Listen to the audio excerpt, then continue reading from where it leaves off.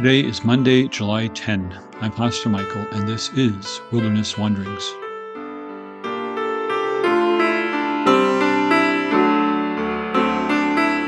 Our text comes from Psalm 11. When the foundations are destroyed, what can the righteous do? Psalm 11, verse 3. Have you ever felt as if life's foundations were disintegrating underneath you? It's when the things we had counted on to remain crumble. We discover how little control we have over our own lives. Sometimes we are haunted by the tragedies of people who live around us. We do not know how to help them and even fear we might be the next victims of fate. There are so many possible examples: job losses, illness, death, family squabbles. These are close to home. Sometimes events further away, such as wars and natural disasters, can have equally negative effects on our lives. In Psalm 11, David is reflecting on his experience of such events. He is afraid. Someone is telling him to flee like a bird to the mountains. Verse 1. He is being tempted to go into hiding, to flee the trouble that surrounds him. Many of us can sympathize with this temptation. It's much easier than facing the trouble. We close our vehicle windows to avoid panhandlers. We cancel news feeds.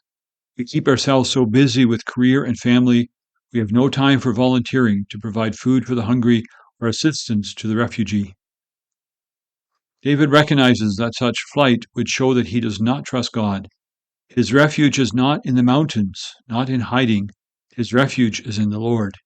He can face the troubles of his life and of those around him because the Lord provides. Enemies are all around him and not necessarily out in the open. He writes of those in the shadows, ready to shoot their arrows at him, verse 2. Despite these threats, David chooses not to flee. Why? He says, "In the Lord I take refuge. The Lord is in his holy temple.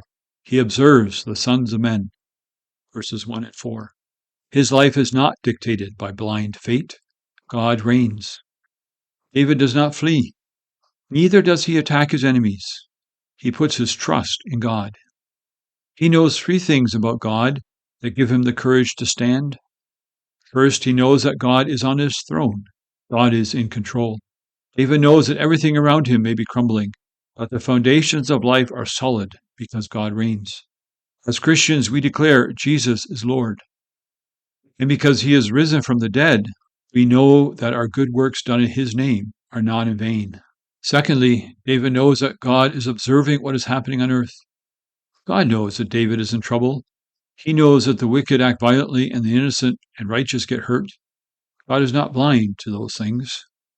Thirdly, David knows that God is just.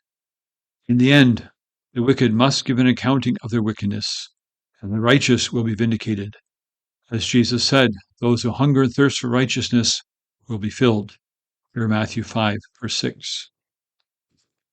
Knowing who God is, David can stand and wait.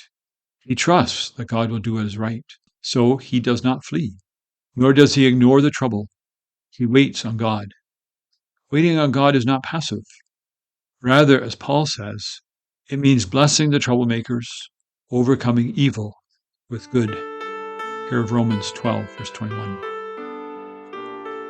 As you journey on, go with the blessing of God. May the peace of the Lord Christ go with you, wherever he may send you. May he guide you through the wilderness, protect you through the storm. May your day end with rejoicing at the wonders he has shown you. May you rest in his provision as he brings night, and then new dawn.